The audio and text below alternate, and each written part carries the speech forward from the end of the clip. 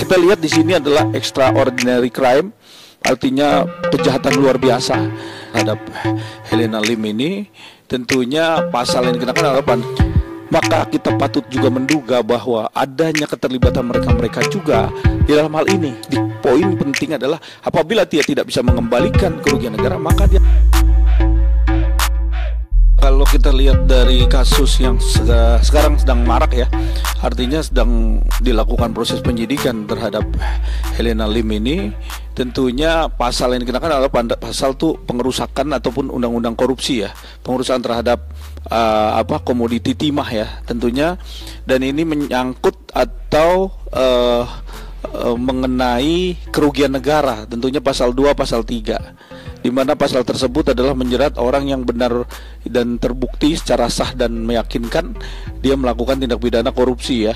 Tetapi dalam hal ini kita melihat bahwa Helena Lim ini sedang dikembangkan prosesnya, karena memang dia saat ini mungkin karena ada petunjuk-petunjuk ataupun ada yang mengarahkan atau terbukti dia melakukan suatu tindak pidana terhadap komoditi pertambangan timah TBK.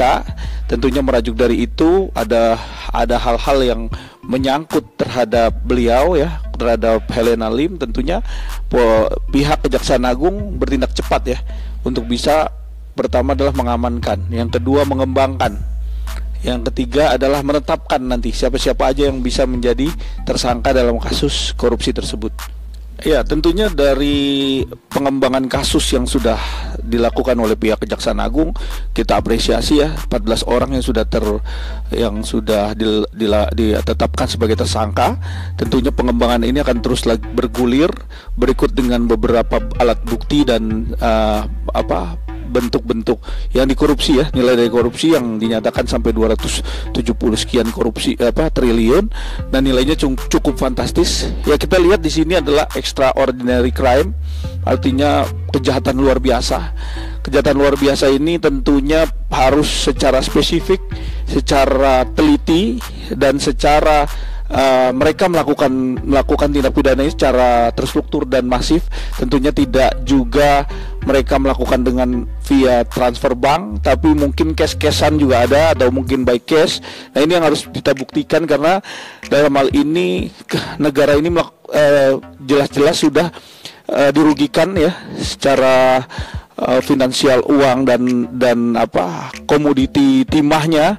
Tentunya ini berdampak yang sangat serius, karena 278 triliun itu nilainya yang cukup besar dan bukan main-main. Tentunya pasti ini harus lebih serius lagi pihak Kejaksaan Agung bisa mengembangkan kasus ini sampai dengan aktor intelektualnya, siapa yang melakukan ini, cepat-cepat ditahan, dikembangkan, dan uangnya lari kemana, itu yang terpenting.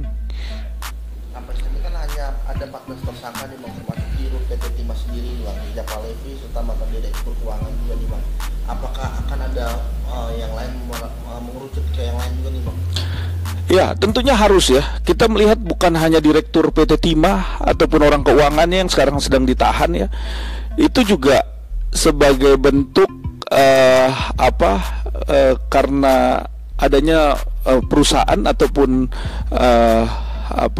corporate yang sekarang ini bertindak langsung ya terhadap izin IUP itu tersendiri, sehingga terjadinya adanya tindak korupsi. Tentunya di sini mereka harus membuka tabir ini. Tentunya ini akan semakin jelas, karena seorang direktur juga akan bertindak seperti itu. Harusnya mereka berpikir ataupun melihat adanya risiko-risiko yang cukup berat. Nah, di sini kita lihat kok berani gitu kan dengan kondisi keadaan yang seperti ini, karena ini sudah terlalu lama dan terbentuknya juga keciumnya baru-baru kemarin ini, karena memang sudah semakin jelas. Makanya perlu kita kembangkan kasus ini. Siapakah yang aktor yang melakukan tindak pidana ini, cepat-cepat harus ditahan. Ya, kalau dari segi organisasi LSM yang terbentuk di dalam suatu wilayah ya, tentunya setiap wilayah punya LSM. Nah, dengan ini kita melihat nih, karena terlalu banyaknya besarnya nilai kerugian negara, maka kita patut juga menduga bahwa adanya keterlibatan mereka-mereka juga di dalam hal ini. Karena kenapa? Ini sudah terstruktur dari atas sampai ke bawah. Tentunya suatu tindak pidana yang cukup lama dan merugikan negara yang terlalu lama, sehingga ini sudah terstruktur dan masif. Artinya terstruktur dan masif adalah terbentuk suatu tindakan ini, actus reusnya, bahwa adanya tindakan pidana ini sudah terbentuk dan berulang, sehingga ini sudah bukan suatu suatu hal yang ditakutkan, karena LSM pun ada di situ. Dugaannya seperti itu. Karena apa? Kalau memang LSM menjadi buffer atau menjadi pokok untuk bisa membuka tabir ini dari awal, tentu dari awal negara nggak sampai rugi sampai 278 triliun rupiah, yang tentunya pasti ini sangat besar sekali nilainya, yang perlu kita kejar kerugian negara. Karena di dalam pasal 4 ya, ayat 1 Undang-Undang Nomor 31 Korupsi ini menyatakan bahwa setiap pengembalian negara, walaupun uang daripada korupsi ya sudah dikembalikan ke negara, tindak pidananya tidak akan hilang, tetap berjalan. Tentunya kita akan mengejar itu harusnya, dan mengejar uang yang dirugikan sampai seberapa nilainya. Kalau memang 278 triliun, tentunya kita kejar nilai itu.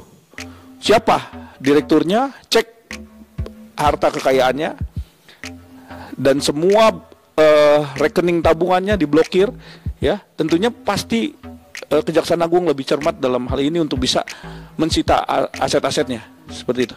KUHP yang baru dulu itu kan akan dibuat seperti itu ya. Tetapi kan sekarang ini yang diterapkan Undang-Undang pasal 2 pasal 3 itu kan sampai dengan 20 tahun penjara.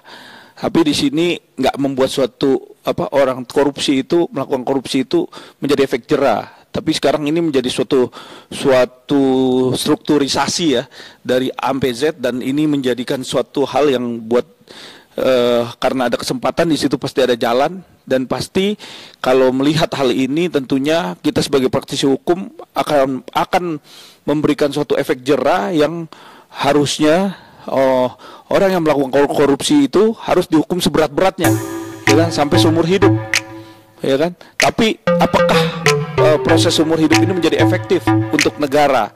Nah, tentunya kita harus menimbang lagi, ataukah ada beberapa poin yang harus dikembalikan dulu ruang negara, baru dihitunglah berapa nilai yang harus dijalankan untuk tindak pidana korupsi tersebut, seperti itu.